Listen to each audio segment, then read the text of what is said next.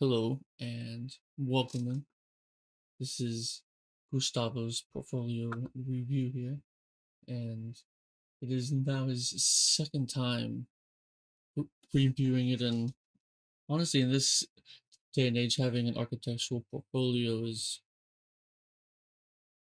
it's not what it used to be, and having the strength or it being the only way to show our work because today we have so many different ways show of showing it and having it being a compiled works rather than just an Instagram post is a little different and a lot more challenging. So today we have our great buddy Gustavo here, fellow poser, and he has his professional and his graduate works here to show us today. And we are Poser Squad, and the whole point of this project is to help bridge that gap between school and that professional life. Far too often, here comes graduation day, and see you later. No job, no help, no prospects, and this is a group just trying to help each other and every other aspiring architect along. So, without further ado, I will pass it over to Gustavo, and you can share away. I'm very excited for this. Cool, cool, cool.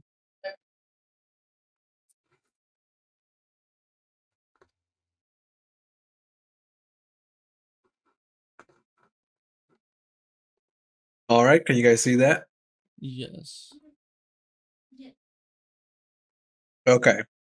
So first of all, so in comparison to the first time we did the portfolio review, last time was a bit more of a it was a rough draft. It was a skeleton. It was just basically the layouts with all the projects I've done before.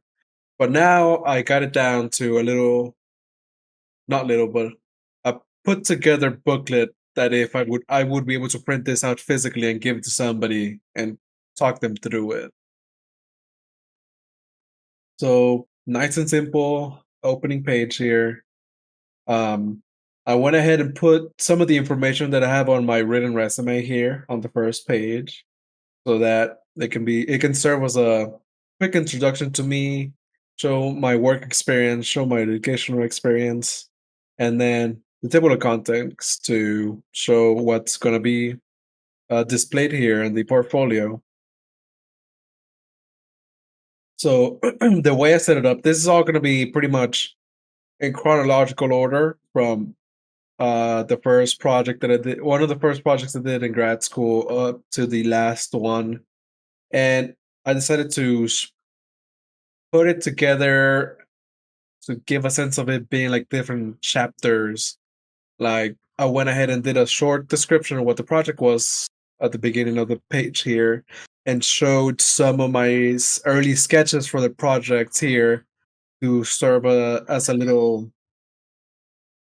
tease of what's to come in the pages to come here. So again, this is the Alpha Core project, which I was working in a group to put together a habitat on Mars. Um, I went ahead and took one of these images that we got off of the NASA website, of the actual surface of Mars as the background here, Oh and wow. this detail here serves as a continuing element throughout the rest of the portfolio, where I choose some strong imagery that isn't too isn't too heavy visually to set up as a background for these pages, so that the renderings, the drawings, the information is clearly visible, um but you can still get a sense of it being a theme per project. That way it's not just black lines sitting on a white background. It also helps with it giving it a bit more of a visual balance, so that the pages don't look too empty or scars of work. Um, and then here I use one of the larger renderings we did for the project as a background. And again, it's easy to read. You can get the flow, the rhythm of from one side of the page to the next side of the page. And pretty much that's what I did with the rest of the projects here. This one being the project in Greenland. Again, I want to make sure that the information is easily readable and it guides you throughout the pages here, so you can start on the left hand side, go through the information easily, so you don't get lost in what's being shown here. And again, larger rendering image here to show all the information on over top of. And this being the final project I did in grad school. Again, some of the uh, same detailing that I did in the other ones. Um, the medical background, uh, easy to follow, easy to read layout of the information and the images. Uh, it looks balanced. There's enough information here for you to be able to clearly read it, clearly put together which renderings, which drawings go with the information displayed, and then some images here of the renderings for this project. Uh, what we didn't show last time here, and here is a bit of a denotation of a difference between the first half of the portfolio, is that this is now my professional work. Um, so here on the next pages, pretty much what I'm gonna be showing is a couple of separate pieces of documentation that I did here for the firm I'm working at currently. And the main idea here is to show the variety of work that I did, that I've done here at this office. Most of the work that I've done at this office has been elevations, detailing. So calling out paint finishes, calling out the type of material that's going to be used for baseboards, crowns. A bit more in detail for the millwork here, as you can see in the kitchen. Um, This one here shows a bit more of the work that I did in plan, and same idea here. Lot of Lots of call outs here on the elevations, and for this project too, I got the chance to do the life safety plan.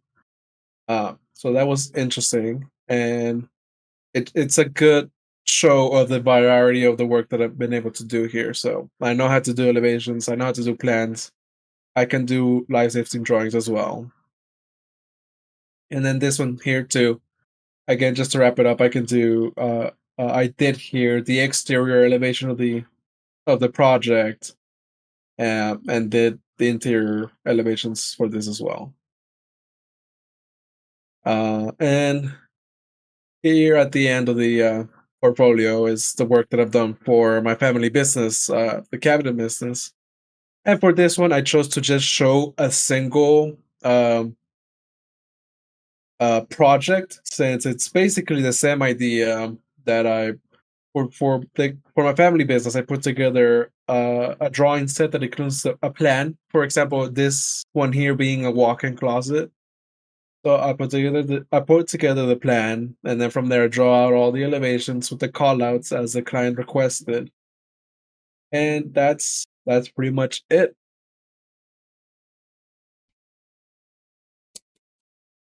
Gustavo, that is a beautifully crafted portfolio, and how it was explained in the structure of it really helped the flow of it, and also at the same time it aligned in the actual composition of it to the words being said and aimed at. One question is, that was a run through on explaining the structure of it. After Mhm. we go through that, did you want to run through how you would explain it in an interview? Sure. So let's say I'm talking to somebody in an interview, and for example, we don't need to go through every single thing, but for example, here we're gonna go through the Alpha Core project, and pretty much I would explain. So this was a group project in which we decided to create a habitat in an unhospitable environment. The group I was in, we got the surface of Mars, and through this, we decided that a way to be able to build this in this environment would be to slowly um, do research onto the environment and see what existing materials we could use from the surface of Mars, because we knew it would be difficult to get things out there on a spaceship, which would impact the spaceship weight, fuel, all of that. So the idea behind this project was to go out and send some drones that would be able to detect a specific type of mineral on the surface of Mars, for example, the one here called regolite, which would then be used to begin a 3D printing process, similar to the way that some homes are quote unquote 3D printed here now using concrete.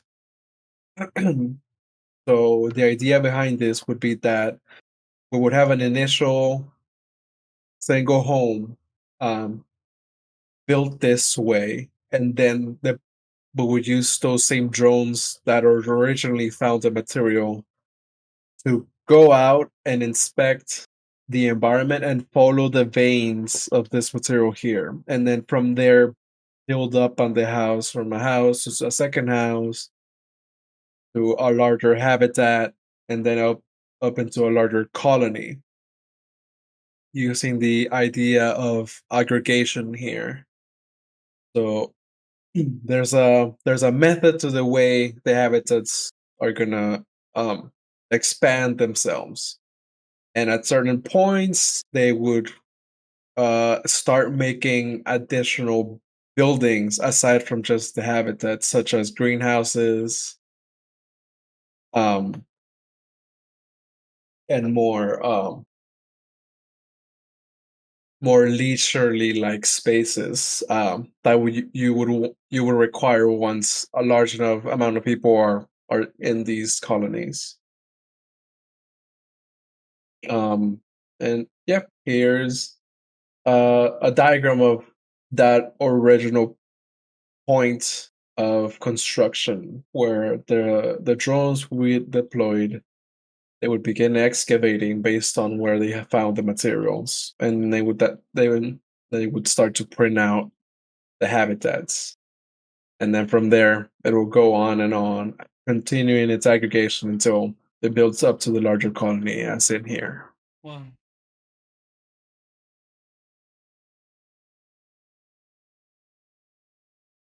So yeah, so It's like a essentially I would be able to go ahead.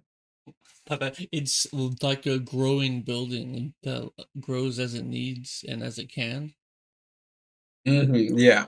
That's So wild. like it's branching out, and if it sense that there's no more material going in one direction, that's gonna be a cap of that branch, and then it will continue a separate way. That's wild. hmm Mm. Um, Uh, Funny, what do you think?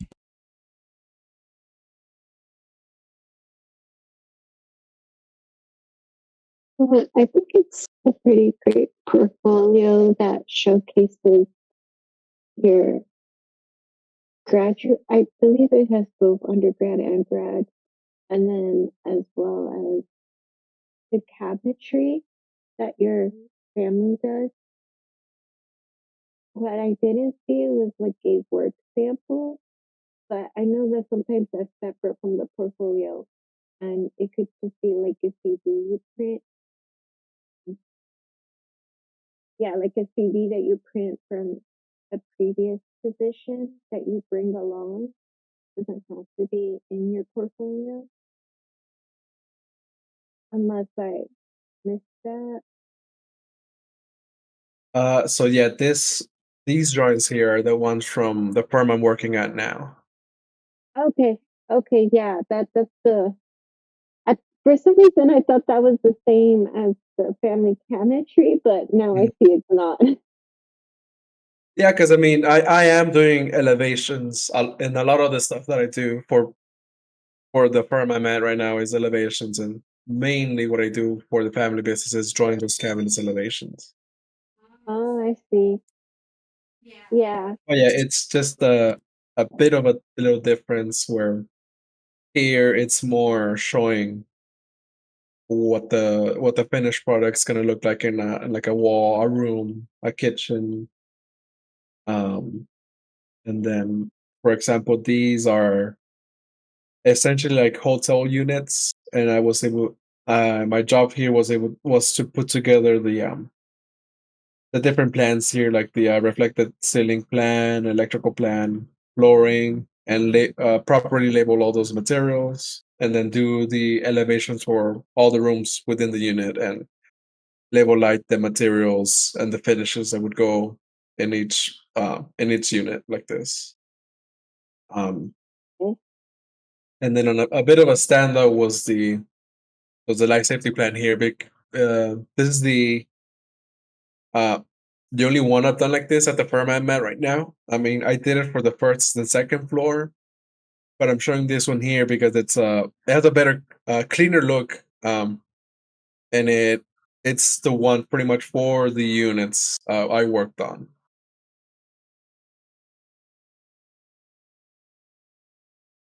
What program did you use? Was it Revit or AutoCAD?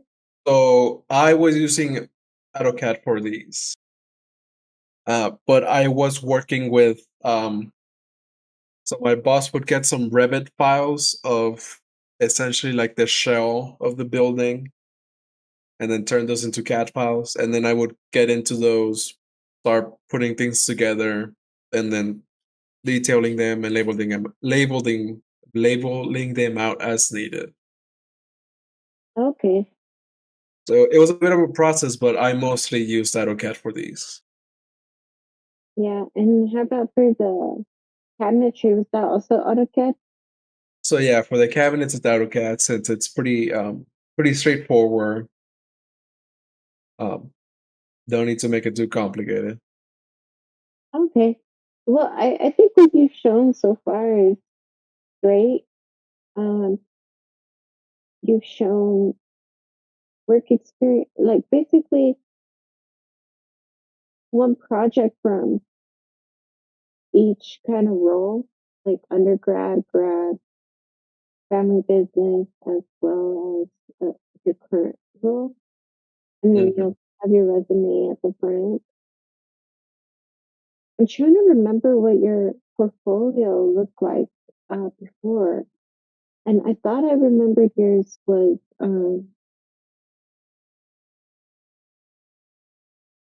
like where I think you had like some black backgrounds, is that right? Like the main Maybe, color on the background was black and then you had like white outlines. Is that right? maybe in the one that I showed you guys last time, there was a bit of that. It might have been because I was trying to show some, like a single page full of sketches or something like that. It But yeah, was darker, yeah. last time the portfolio was a bit more bare bones than this one. Oh, okay. Well, this one is good so far. I do like you had like this rendering that was the background. Hmm. There was one thing about one of the graphics that stuck out to me. I think it was the Mars one and that one. This one here, No, the other one. H4. Yeah. So in that one, you have like white in the plans. It looks like. What does that represent? That's that's just the floor of the interiors of the units. Okay. Because in the other, in that same sheet, but the next one, the line work, no, it's in the same spread. The, Uh-huh. This one. yeah, but the one, I can't read it. Habitat layout, that one, Uh-huh. line work doesn't have any white, and neither does the section. So I was wondering why that one had white in the center and the Hmm. others don't, because the line work, it it like doesn't create that Yeah, there's a bit of a isolation discrepancy with there. white. Hmm. Yeah, and So yeah, I could definitely take that out to make it more um all the yeah, same. yeah, I Mm. think that would be nicer because if the line work just bleeds into the sheet like the other drawings, it would be more consistent. Hmm. And the other way, this red looks nice, and the rest of your portfolio looks similar to this sort of layout. And it's pretty clear to read. There's like a title. It's easy to go from one side to the other. It's very informational. The graphics flow pretty well. One thing I'm not sure if there's like a key to this, but I'm not sure if the word sample should be at the front or Hmm. if it should be at the back. I guess it doesn't matter if you, because are you planning to show this in a digital form or in a paper format? Okay. Well, which one are It you could definitely gonna? be it could definitely flip to have that at the front to be like, okay, this is what I currently do as a professional, and then this is what I've done throughout throughout graduate school. Or should it be separated completely and have it be submitted as even two different things? If Hmm. it's the graduate design work that's a bit more out of the box, and even that has its own cover, and then the work, it can still be formatted the same, but even The second round. having it pulled out separately, because often they do ask for both portfolio and work samples, and then if you are in Okay. person, you can open up the other book, or you can open up the other file and almost like shift gears in their mind, because it is a bit abrupt going from this very beautiful but pour out of the box, even how it's shown on Hmm. the composition and in the form pattern of it. And then also, if you go to those work samples at the end, I think you can even let them breathe a little more, especially it, yeah, those, especially on that Hmm. left, you can blow that up and have that top, that smaller portion be a whole spread. You can have all of those vertical plans be a whole spread, and then just turn that study and have that. I mean, having it is that balance of, okay, is everything on one spread or is everything on multiple? But because it is work samples, these sets are Hmm. huge, and having multiple pages, then they can actually see what's happening. Yes, at a high level, they're able to see, okay, floor plan, RCP, touch rig, on, but you can't really grasp the detail. I mean, I have this on a pretty big screen, and it's even hard to kind of Mhm. parse it out and see how good it actually is, and see that quality of the drawing rather than trying to even hide it. And spreading it out doesn't hurt either, especially if it is split in two, because then now it's Mhm. not 45 pages, each is about 20, and that feels a little more digestible as well. The front half, Okay. I don't think I would touch the front half that much at all. Only a few tweaks. I took some notes on. If you go back to the rendering pages, Hmm. any of them that have the pictures. Well, go back to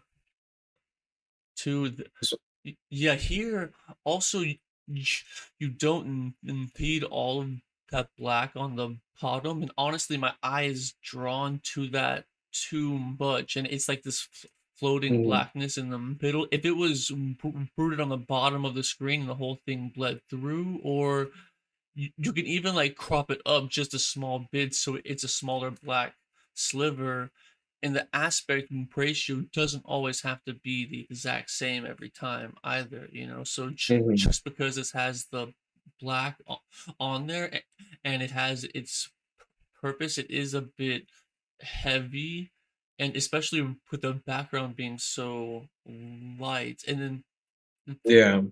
this is a thought on all of them. If you add in a frame and even a slight drop shadow in InDesign, because how did you build this out? Which program? Yeah. So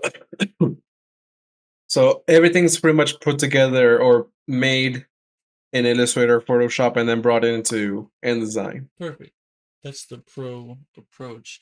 And with that, they have a very easy effect if you go into the properties, or I believe in push the FX symbol. You can easily add on a drop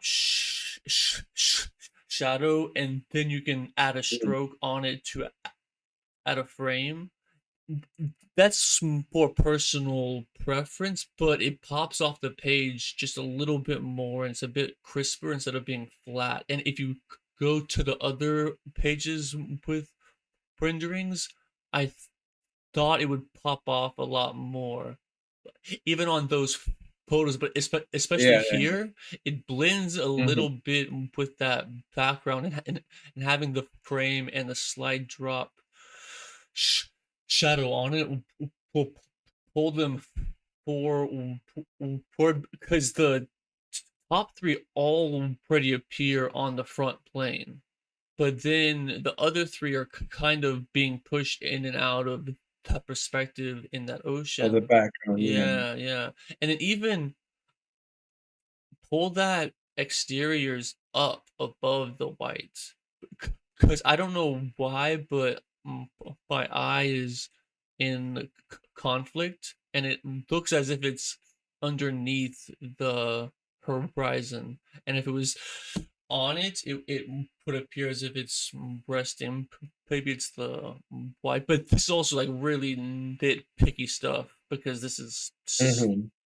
excellent. I mean, even bro, this overall composition, you get a feel for the whole thing in one shot. Like, this is really well put together, and I'm not even really asking questions beyond, is the only way to get there by boat? But that's not even a big question, But like this is very well executed, and it's basically the same notes on the other renderings of adding that framing, because overall it is so clean, and it is a pros portfolio. And I've been going through quite a bit. I found it was the AIA list of best portfolios, and a lot of times the portfolio is project dependent, and they would have these crazy Mhm. visual projects, and then that just helps the portfolio, and it's showing off that work is often easier as well if like it's overly colorful and overly saturated, like many other projects or schools have, that they're designing stuff that isn't realistic or buildable at all. And especially this spread, you could build this in a few months. You can have all that stuff, but overall, pro, this is extremely clean, and everything you explained at the start of wanting it to be clear, consistent, and having it be easily readable, and having the eye really guide you in the whole portfolio, that all succeeded tremendously. Nice. And the thing that's probably the biggest plus on the readability as well is the integration of the backgrounds and the choices of them. Like some are renderings, but then some it's just Mars, but not having it be just white. But then how do you have it be full bleed and stuff over thing? That's a tricky design problem. And often it can easily be just an absolute train wreck, bro. And I, I have to redo mine, especially after seeing this. But I don't have any of those original files, so I don't know what quality I can actually use. And honestly, I kind of don't want to redo it and have it be just as is. Like that's my undergraduate, and then I'll have a Mhm. graduate. But then like the professional stuff is always so tricky, and I think you picked out some great drawings to show, because every time I brought work samples, I've just brought entire drawing sets, and then it's just too much, and you don't really Mhm. talk about it. And sometimes it's private or there's intellectual property, and that isn't Yeah. always ideal. But pulling these out and having it be cleaner, So it's yeah, for this, like I picked out the specific drawings out of all the projects I've looked at, and I thought that yeah, some of these are a good representation of like what my skills are and what I can do. And so I felt like I didn't need to show you guys like the 10 pages of all the hotel units I did. I just needed to show you the one, and then what other skill did I use in this project. Okay, so I put together the life safety drawing. I can show that. right. And often the portfolio is a jumping off point, and then it's like, how do you Hmm. sell it, and then how are you explaining it, on and on. And a little bit on that, I don't know, I always feel very rushed when having like to explain a project. Like there isn't a time limit given, so I always feel like I'm taking too long. And especially in school, I was like, I just want to be done with this thing. Especially in interviews, bro. Like it's honestly always up to the interviewee how they want it to go. You can kind of guide it, but if you come off too strong, that's also, odd. But Hmm. sometimes they'll just ask, okay, explain this project. Boom, go. And it's like, and how are we able to easily and quickly articulate the passage, because we can't explain a whole semester's worth of thinking, that quickly. It would take a whole semester to actually spit it out. But in practice and in being able to explain it, often even slowing it down draws people in more. And they're often like, oh, what is going to be said next? Especially if words aren't wasted and they're picked very meticulously. And so going forward, and especially applying for jobs, I would think even a thought more about how it would be expressed vocally, and even practice that, because if anything, it's a great practice. And there is no actual time limit. Like in Toastmasters, we have speeches that have times, and then okay, that's it. But here, like, you can explain as much or as little as you really want to, and that's honestly up to you. But this is where it moves into sales, and it's actually a pitch. It's a presentation. It's a sales pitch that you can also sell. It's an odd like thing in the interview, but Mm. it's a, it also depends on the job applying for. But in speaking with Brian, actually, I was asking him how he's able to stay in more design roles, and he said it was quite simple. Actually, in his interview, he said, "This is what I want to do." Being that Mm. part of it, because often in interviews, they'll just tell you, or they'll already have a preconceived notion of what roles need to be filled, and th- without even thinking about other possibilities for you as a whole person, because you aren't just, CAD or CDs or Revit or any of that. It's like,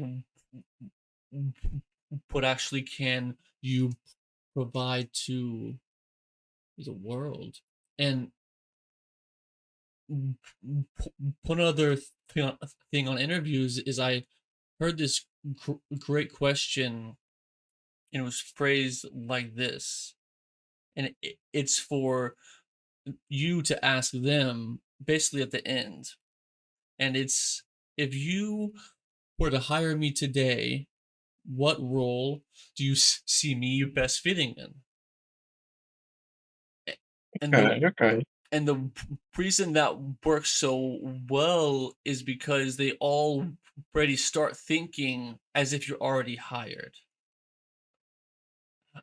in the sense of, okay, if he fits in here, yeah, sure, and then this is more on like selling a product, like asking what's their hold up on thought hiring now, or even you.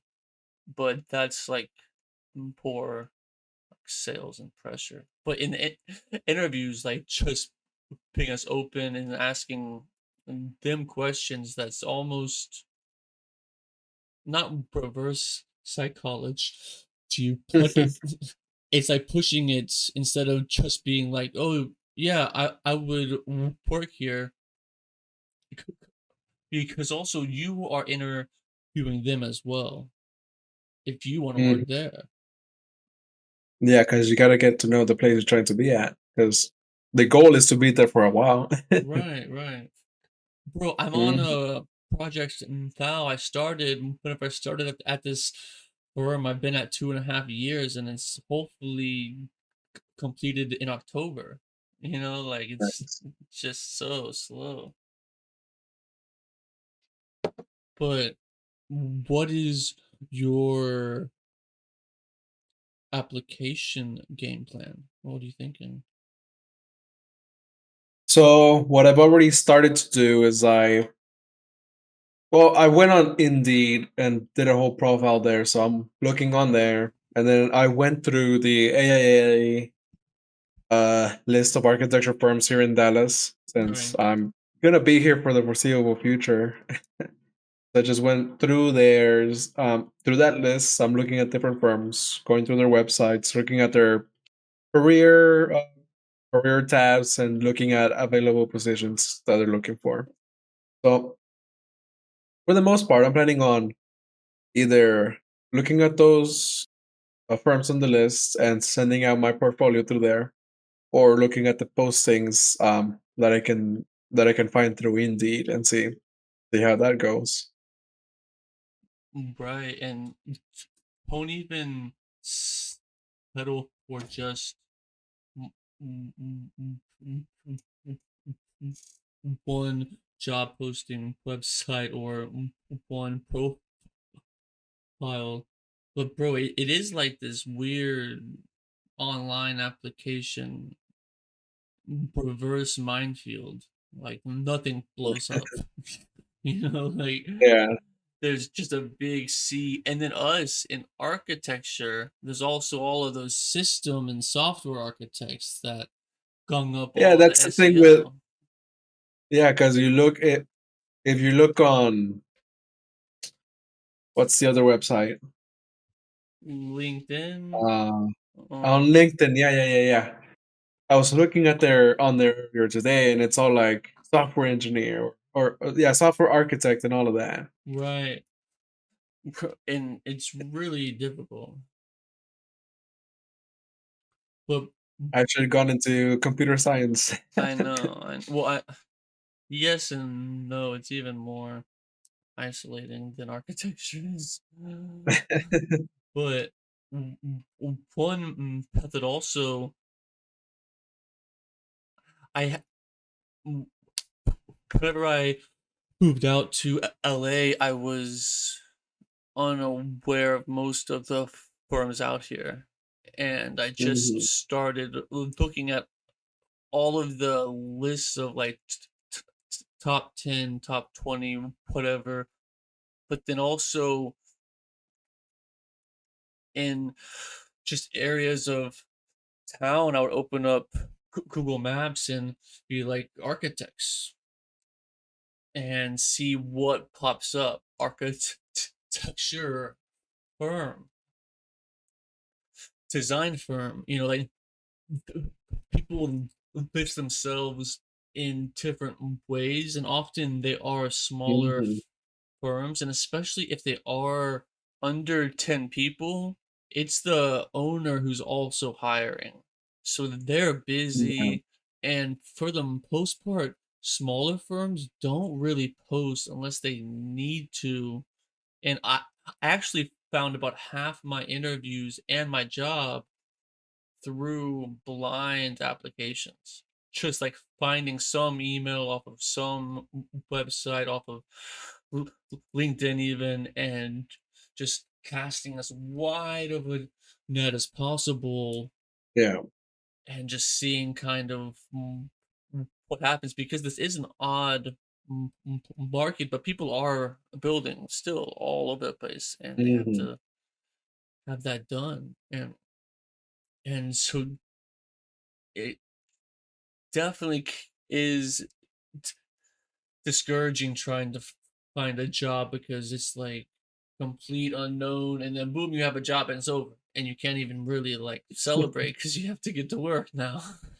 yeah, But it is an art to finding even what jobs are available, because also to post on these sites, it's not free.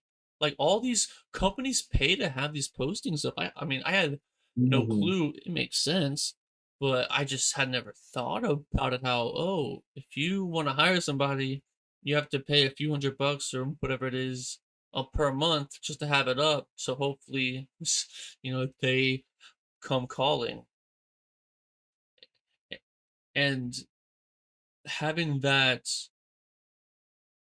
be all the job postings and only applying to those with no blind emailing, and then we're just at the mercy of the absolute competition of the world, and there's always somebody more experienced who will take less faster, Mhm. unfortunately. And instead of just being in that stack of applications, like this isn't the best anecdotal story, but like my boss saw my last name was Borg, and he was like, "Oh, that's like Star Trek. I'm gonna interview the guy." Like he didn't even look at my stuff, you know. Yeah. Oh wow. So like he could be like, "Oh, Gustavo Alejandro, two first names. I'm Michael Scott. I'm gonna hire this guy." I don't know, but like Uh-huh. like you never really know. And smaller firms, you're able to get more responses as well because Mhm.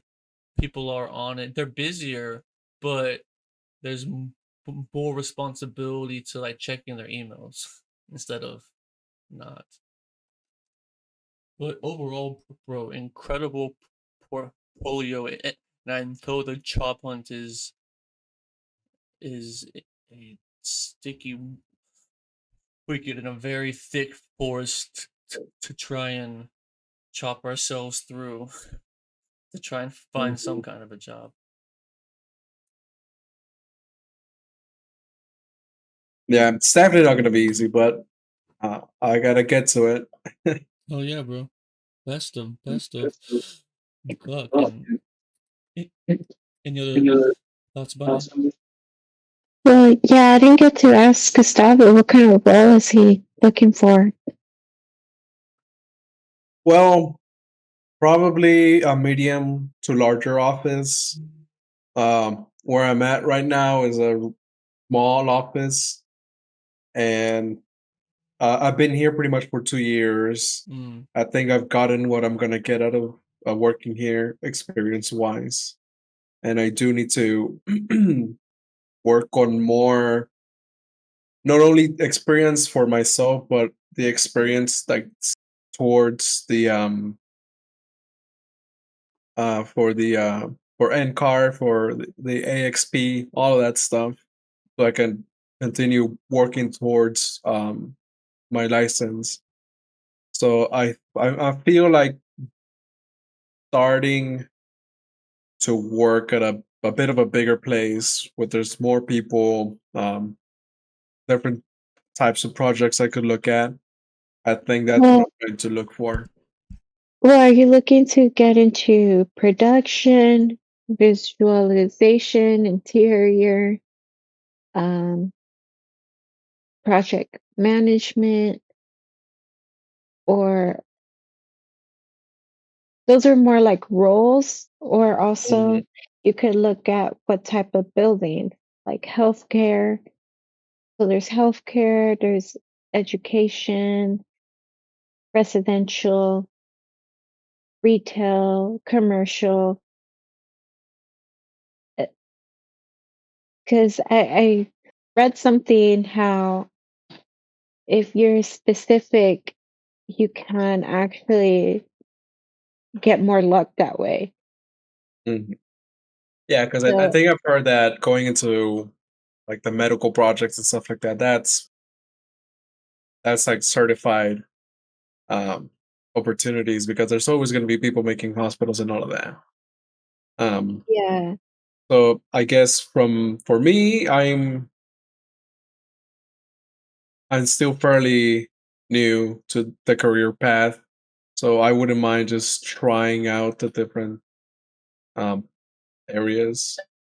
Uh, I could technically say that from working at the family business, I'm uh, more used to like residential projects.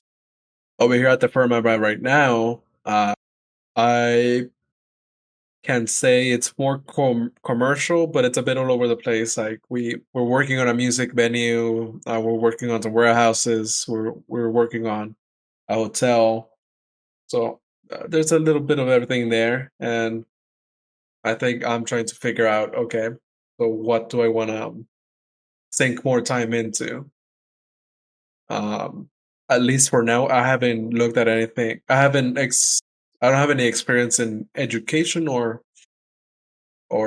medical, so it might be interesting to go into that and see what I can learn from those areas. Okay. Um,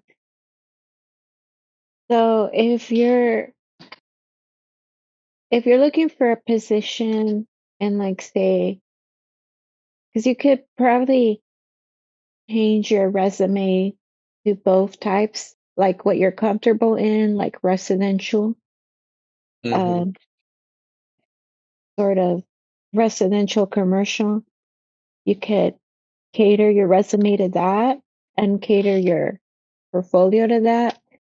And then if you're trying to just see what's out there, I would say to make it more specific and not vague, and even just Hmm. say you want to get into a medical or a healthcare firm. So then you you change your resume for those types of firms to specifically seek those firms and highlight your skill sets that match that type of environment. You could Hmm. say that that's like a in the interview, you could say that's like a new type of skill set you're trying to learn to expand your knowledge as an aspiring architect. But you do have, it's not like you're starting from zero, like you're a fresh graduate. You Hmm. have experience. You just don't have experience in that field.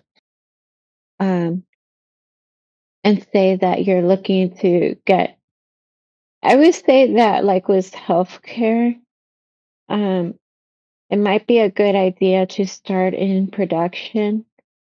That way you learn like those production rules, they are kind of like the cat monkey Hmm. type of rules.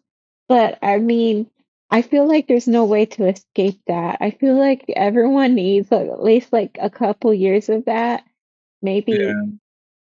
um, before they can transition into more design type of roles or project management roles. But I mean, once you're in a production role, after a couple years, you can get into like a job captain type of role. Hmm. But you could say, like when you're applying to a position where you don't have that code knowledge, you could say you don't have that code knowledge, but you do have experience in architecture, but you're looking to broaden your skill sets. Hmm. Then in your resume, highlight your key skill sets for that. And even maybe in your portfolio, show an interest in very technical um because I'm not sure, but I'm imagining these hospitals, for example, require someone who is very detail orientated, looks at the small things, maybe likes math a lot, very technical, show like that in your portfolio. Hmm. And then uh that's if you want a challenge, but if you want something that you're comfortable in, like residential or so, then you already have that ready um, with these portfolios. Because residential is not, I mean, it's not easy, but it's more like anyone can get into residential. Um, More straightforward. yeah, it's more straightforward. I find that people at residential firms are also more willing to mentor. Uh, Mm. so even if you do come in without knowing anything, it's like a an interesting field with residential. I find that either you get stuck in production roles that can help you get those skill sets so that you are able to transition to other roles, Um, or you're stuck in a small firm and dealing with a demanding clientele, as in like you can get stuck in a bunch of places in residential, but there's still, I feel like, especially since you're still early in your career, there's always something to learn in the residential field if you do end up there. It's not like a bad place. I'm not saying it's bad. More like if that's what you're comfortable with and that's the role you end up with, you already have that portfolio and resume for that. Just if you want to look into a more technical role that I imagine healthcare requires, you can try to like tune it up a notch in Mm. your resume to show technical skill sets. Yeah, and that's the end of my ramble. Now, for sure, the goal is to try and learn as much as I can wherever I end up at, and just continue building on my skill sets. Amen, bro. Amen. That's why all of us are here on this journey of life and death and architecture. That's a book right there. Life and death. Yeah, write that down. Write that down. Ah! But bro, thank you for taking the time and showing this beautiful composition, because I bet probably half of our grade, if not more, hasn't done this. And they're just sitting on whatever they have, because also most people are still employed for the most part, but really Mm. going back and recomposing, because also it's still pretty fresh as well. But bro, it's really well done. One thing is like about splitting it up is if you want to, both cover pages are kind of important, but you could even have them be the exact same and just change the words. That would also be interesting. Mhm. But I mean, that's much more of a design choice, and that is on you, the designer. But it was a tremendous job, and the hardest part of our job, a lot of it isn't actually doing the work, but how we speak about it, because we don't often even get that practice, and then boom, we're in that moment of having to present, and it's like I haven't even ever gone through Mm. this like a dry run. What are we even doing here? Like we haven't practiced it, and that off Yeah. the cuff speaking and presenting is so crucial, that the spaces of even just practicing it, I don't know where else to do it. Like I can't really Mm. practice that work because I'm on there. I'm always on there. So like I have to take time outside of it, and I just thank you for hopping on and showing that portfolio, bro. And thank you so much. It was great. Thank you guys for the time. Thank you for the advice. And Thank you. and bro, let's talk very very soon.